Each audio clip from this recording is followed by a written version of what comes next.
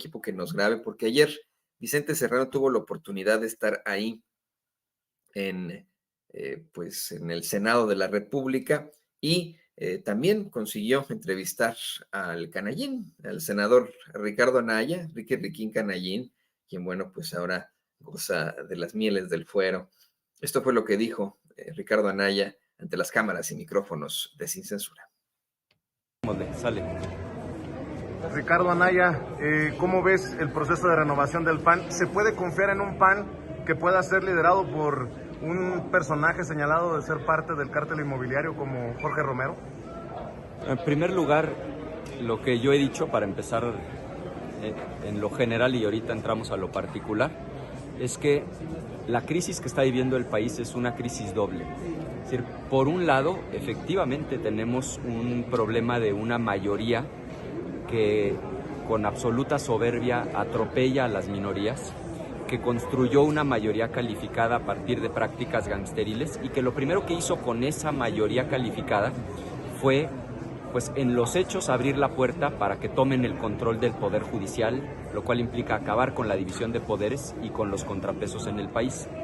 Pero por el otro lado, así como hay una crisis del lado mayoritario que está ensoberbecido, también hay una crisis en la oposición, porque la oposición está diezmada, está debilitada y nos tenemos que hacer cargo de esa realidad. Y en ese sentido, creo que el PAN tiene que jugar un papel histórico. Yo estoy convencido de que no se exagera cuando se dice que en este momento el dilema es renovarse o morir. Ahora, en Acción Nacional, que es un partido fundado por abogados, las reglas son muy claras. Quien quiera participar tiene que cumplir con ciertos requisitos. Hoy tenemos a 2 personas compitiendo por la dirigencia del partido. Y contestando esta pregunta muy puntual, parece que es muy delicado que se acuse a las personas sin pruebas. Y yo mismo he sido víctima de eso y por eso procuro ser siempre muy cuidadoso y muy respetuoso.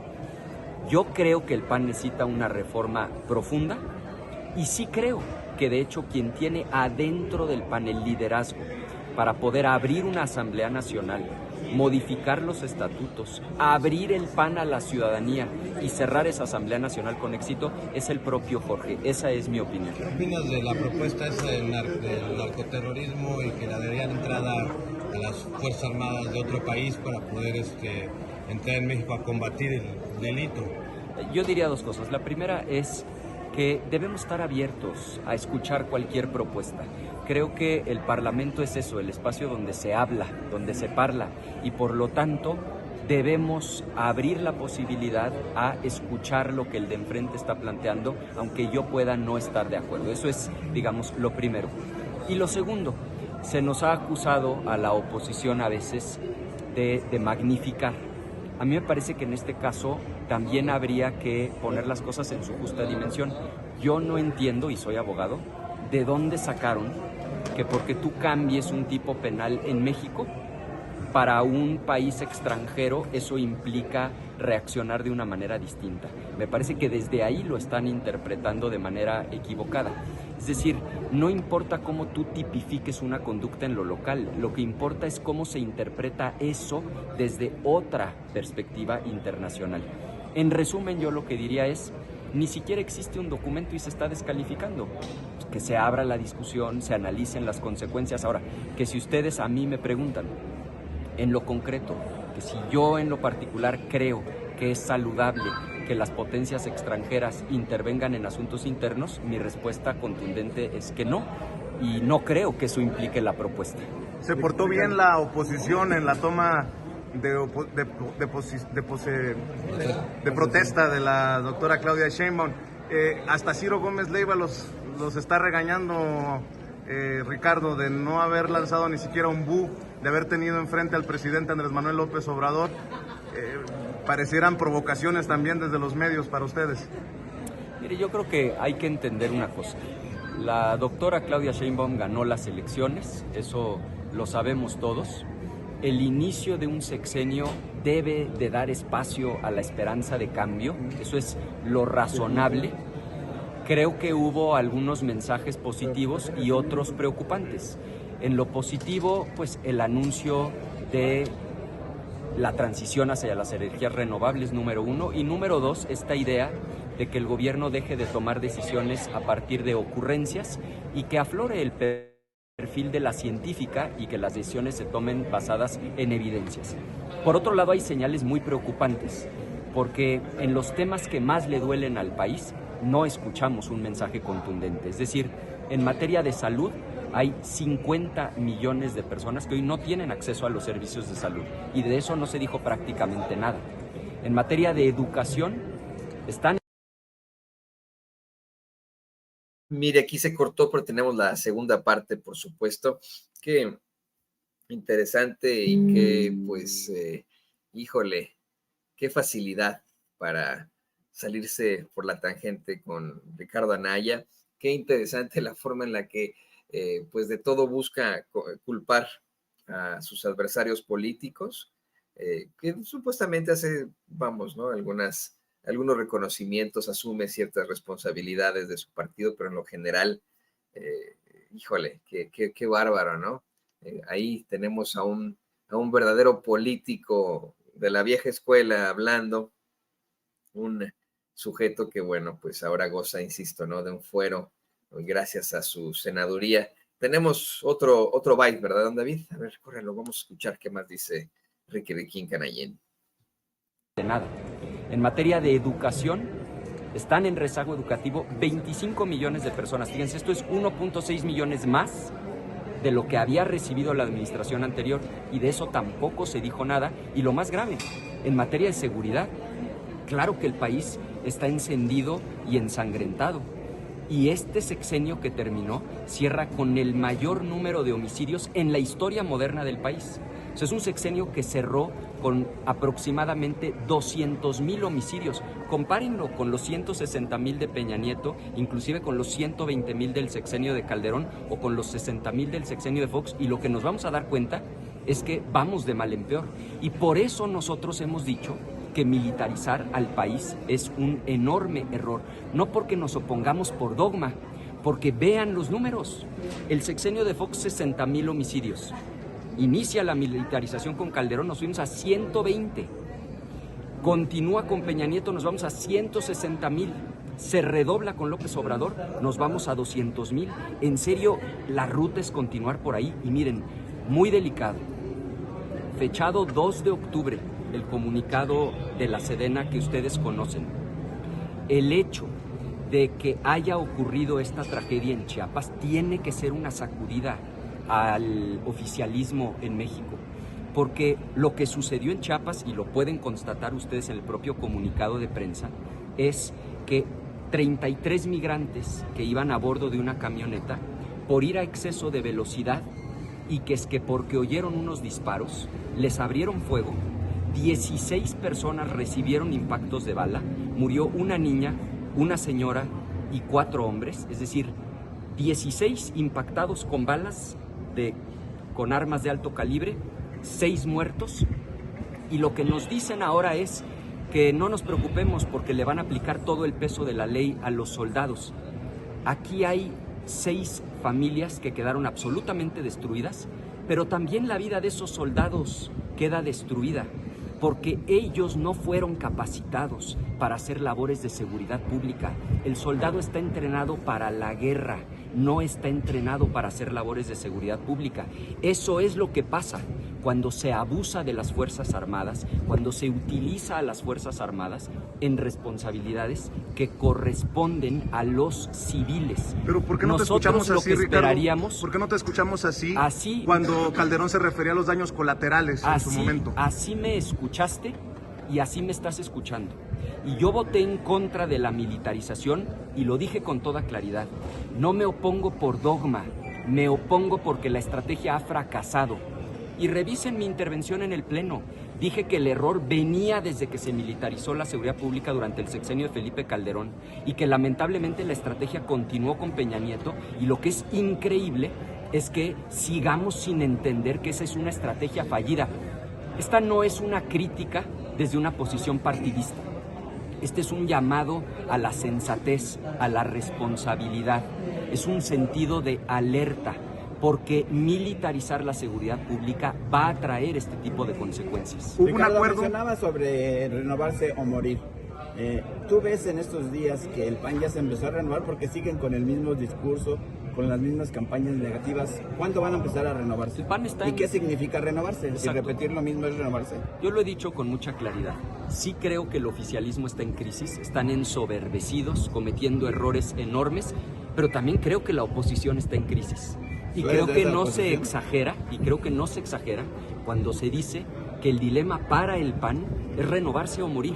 Estamos en un momento crítico. ¿Qué es renovarse?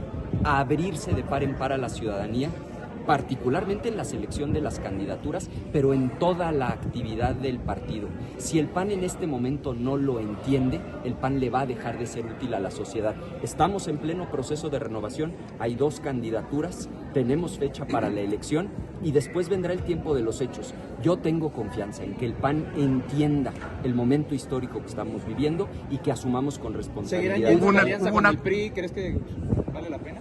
Eso no me corresponde decidirlo. Mi opinión particular es que el PAN debe apostar por sí mismo, decirle con claridad a los ciudadanos qué es lo que nosotros representamos. Pero esa seguramente va a ser una discusión muy complicada al interior de los órganos del partido.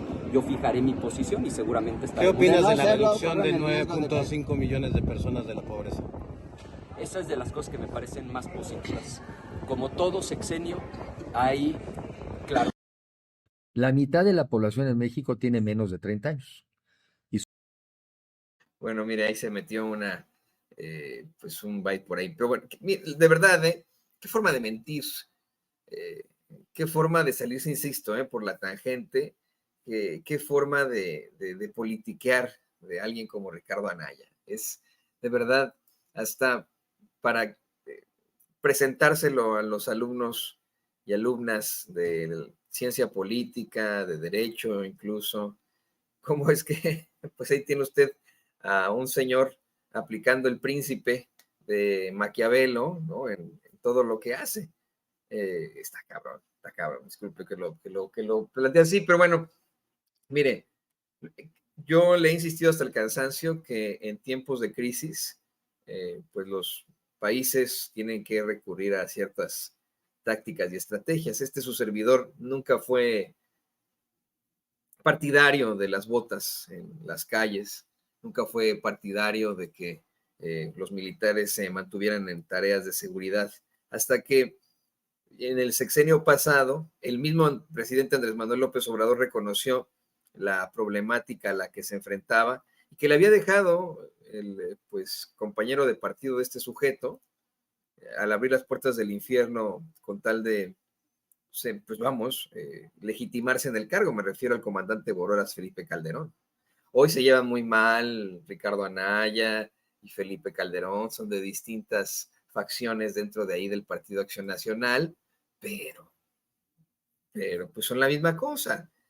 Y efectivamente, en estos momentos de severas problemáticas en seguridad, en violencia, por supuesto que es claro que es necesaria la participación de las Fuerzas Armadas para este tipo de tareas. Dice Ricardo Anaya que las Fuerzas Armadas están adiestradas para matar, para la guerra, ¿no? Pero esas son pues las Fuerzas Armadas, no sé, ¿no? De otros países invasores, de países bélicos. México nunca ha invadido a otro país. México nunca ha comenzado alguna guerra. México se ha defendido y para eso es su ejército, para defenderse. Pero bueno, él lo sabe perfectamente, él sabe la realidad, pero pues vamos, va a tener que mentir con tal de culpar de todo, absolutamente de todo, a la pasada y a la actual administración. Que no se nos olvide el precedente que nos dejó cada lunes durante 6 años. Cada lunes lo sufrimos con este tipo de mensajes que grababa ahí de lo más chafa y nos pues aventaba en sus redes sociales. Hoy, bueno, ahí anda. Por supuesto que si no lo encontrábamos lo íbamos a cuestionar como bien lo hace Vicente Serrano. Pero hay más bytes. Escuchemos al Riquín Canallín.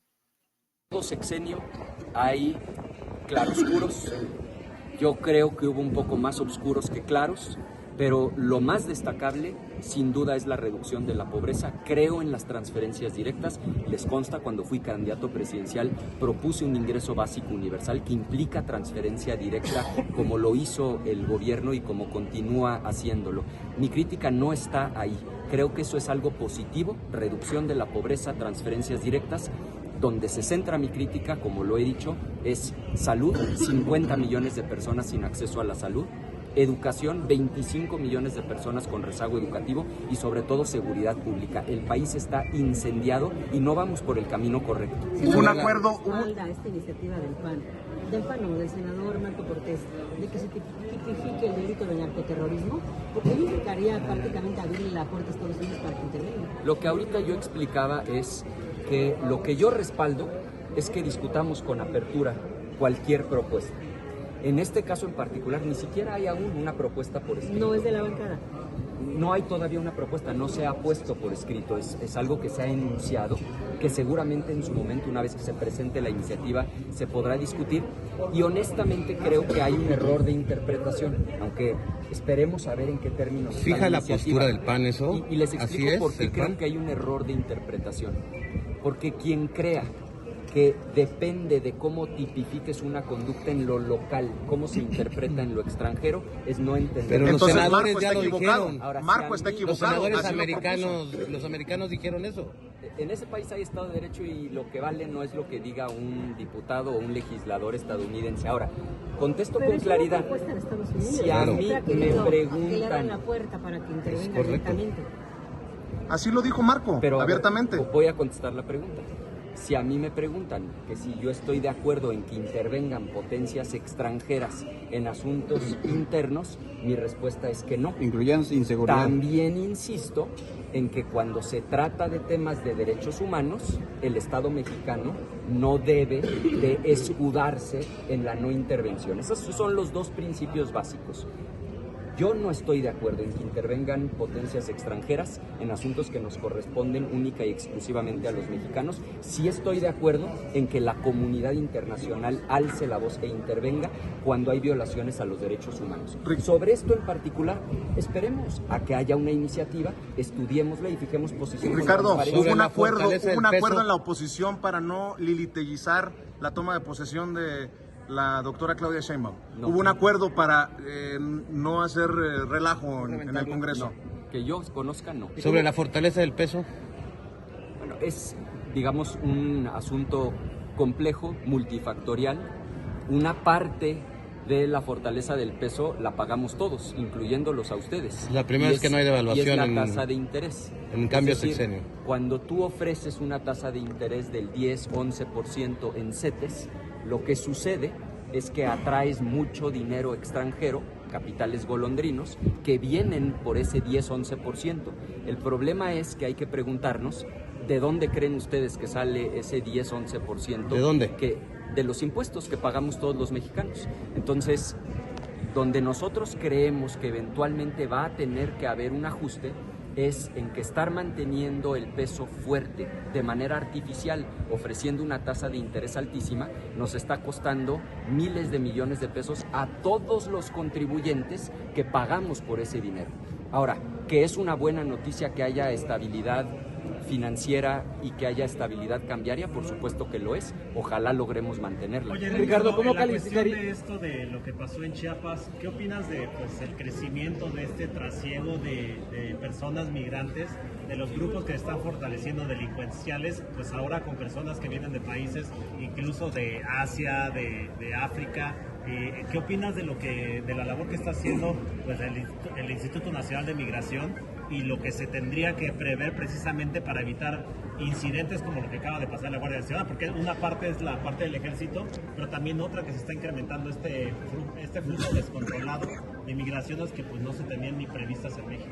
Lo que tenemos que entender es que murió una niña, una mujer, 4 adultos, que esto es una absoluta tragedia y que el hecho de que los militares hayan disparado a una camioneta que transportaba a 33 personas migrantes es absolutamente inaceptable, es una tragedia enorme con la que nadie debe lucrar, pero en segundo lugar tenemos... Mire, y de verdad es que también aprovecharse de este tipo de tragedias es muy típico de los panistas, como Ricardo Anaya, pero típico hasta la pared de enfrente, señoras y señores. Como carroñeros, pues utilizan este tipo de situaciones cuando, insisto, ellos son los grandes causantes de pues este problema, este gran escollo al que se enfrentan los mexicanos en materia de seguridad, en materia de violencia. Nosotros aquí en Sin Censura, usted lo sabe, dedicamos nuestra pues vocación de servicio siempre hacia los inmigrantes y por supuesto que estamos preocupados y pues vamos muy insistentes en que se resuelva esta tragedia efectivamente que ocurre ahí en Chiapas. Ayer la doctora Claudia Sheinbaum efectivamente da a conocer que pues los responsables serán llamados a cuentas, ya están detenidos. Así ocurre siempre en todas las instituciones humanas, evidentemente hay errores, pero no podemos satanizar a una institución per se por los errores de sus integrantes, de algunos de sus integrantes. Y aquí, bueno, pues por supuesto que estaremos exigiendo hasta las últimas consecuencias por este horrendo acto que ocurre en la frontera sur de México. Pero mire, ahí tenemos a un Ricardo Anaya, insisto, de verdad. Perdón que lo diga tantas veces, pero saliéndose por la tangente, culpando a la pasada y a la actual administración de situaciones de las que, bueno, pues tendría que también ser llamados a cuentas miembros de su partido, específicamente el comandante Borolas, Felipe Calderón.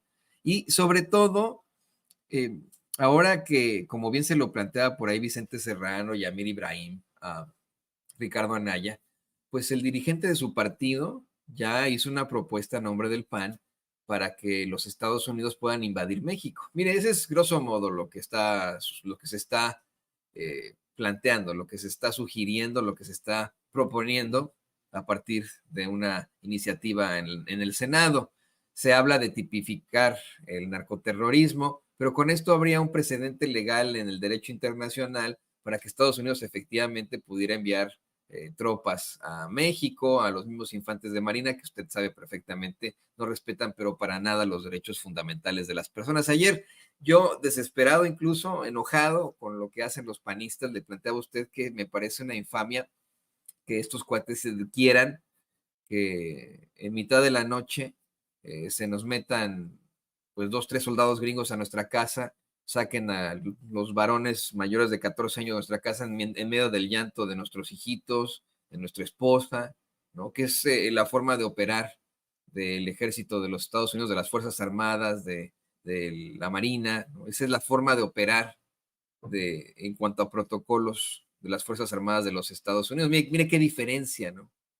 Y Ricardo Anaya dice, bueno, pues yo estoy de acuerdo. Si no estás de acuerdo, ¿por qué no hablaste con tu gran amigo Marco Cortés, que es quien te trajo al Senado, quien te salvó, pues vamos, de la cárcel? Porque gracias a eso es que pudo regresar a México Ricardo Anaya, ya que enfrentaba acusaciones muy gruesas. Y ahora con su fuero, bueno, pues puede hacer y deshacer y hacer este tipo de declaraciones ante las cámaras y micrófonos de Sin Censura. Enorme con la que nadie debe lucrar. Pero en segundo lugar, tenemos que entender que esto es una consecuencia de la militarización, porque las Fuerzas Armadas y particularmente los soldados están entrenados para la guerra, no para realizar labores de seguridad pública en contacto directo con los civiles. En todo el mundo, cuando a los militares que están entrenados para la guerra se les imponen tareas de seguridad pública, se incrementan los índices de letalidad. Cuando nosotros nos opusimos a la militarización, no lo hicimos por capricho o por dogma, lo hicimos porque estamos convencidos de que esa estrategia fallida no funciona. Y claro que es una tragedia para las 6 familias, pero también es una tragedia para los 2 soldados que probablemente van a pasar años en la cárcel, soldados a los que pusieron a hacer labores para las cuales no estaban entrenados. Ojalá esta llamada de atención nos sirva a todos para entender que ese no es el camino para recuperar la paz y la tranquilidad. Se va a enojar si no le contesto. Contesto la segunda parte. Y por supuesto que entre los muchísimos problemas que tenemos en el país, está el de la migración, que tenemos que atender, pero no de esa manera. Entonces, por supuesto que el problema existe, pero esa no es la manera de resolver el problema de la migración. Ricardo, ¿cómo calificarías estos primeros días de gobierno de la presidenta Sheinbaum? Bueno, pues es que llevamos uno. Oye, Ricardo. Pero déjenme contestarle su pregunta. Es que sí creo que tenemos que ser sensatos y entender que lleva un día en la presidencia. Este caso en particular, por supuesto que ella lo heredó.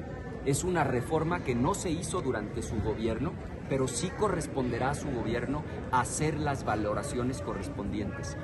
Sobre el gobierno de la doctora Sheinbaum, lo que yo diría es, tenemos que darle tiempo. Lleva un día en el gobierno, no es momento de estar haciendo ni juicios ni evaluaciones, es un momento para observar y una vez que haya ejercicio de gobierno, entonces podremos fijar posición de manera Ricardo, te has responsable. dicho perseguido político en el pasado sexenio. ¿Te sostienes? Sí, por supuesto. ¿Por quién? ¿Perseguido por quién? Cuando aprobamos la reforma judicial lo dije con mucha claridad y lo reitero. Estoy absolutamente en contra de la manera en la que se hizo la reforma, pero sí creo que hay jueces de consigna, que mi asunto se había turnado a un juez de consigna y que yo no tenía derecho a un juicio justo. Tuve que estar fuera del país, jamás tuve una orden de aprehensión, jamás pedí un amparo, regresé ¿Y por qué no regresar? y entré caminando, porque no soy ingenuo. Mira, en política hay muchas cosas que... Cabeza de vaca es hay muchos ingenuo, errores entonces. que se pueden cometer, pero el de la ingenuidad no es uno de ellos. Yo sabía en qué momento se encontraba el país, cuáles eran las condiciones. ¿No fue más paranoia? No. ¿Quién te persigue, Ricardo? Ya lo dije con Regresaste claridad. semanas antes de tomar protesta, no te pasó nada, aquí estás. Así es, y se los agradezco mucho y estoy muy contento. Senador, respecto a la elección de la dirigencia del PAN, usted, dígame si me equivoco, se ha manifestado a favor Oigan, de Jorge ¿me Romero. aceptan que esta sea la última? Se ha manifestado a favor de Jorge Romero. Lo que he dicho, y perdón para los que ya estaban, voy a repetir un poco, es que sí hay una crisis en el oficialismo, pero también hay una crisis en la oposición. Sí, efectivamente, una crisis en la oposición, pero es que fíjese, habla de que hay una crisis en el gobierno actual. Yo no veo una crisis en el gobierno actual, ¿eh? Yo veo que este gobierno, miren, sin ánimos de defender a nadie, ni ensalzar al gobierno, a la administración de la doctora Claudia Sheinbaum, está, pero en el mejor momento que puede, ¿no? En cuanto a popularidad, en cuanto a poder. No deje usted allá, más allá de que estén bien o estén mal, ¿no? Están, pero en la gloria en estos momentos en el gobierno de la doctora Claudia Sheinbaum, pero así de verdad. Y efectivamente, bueno, pues no nos respondió la pregunta, no le responde a Vicente Serrano. ¿Perseguido de quién? ¿Quién persigue al Ricky Riquín Canallín? Lo persigue sin censura. Le pido al equipo que nos grabe.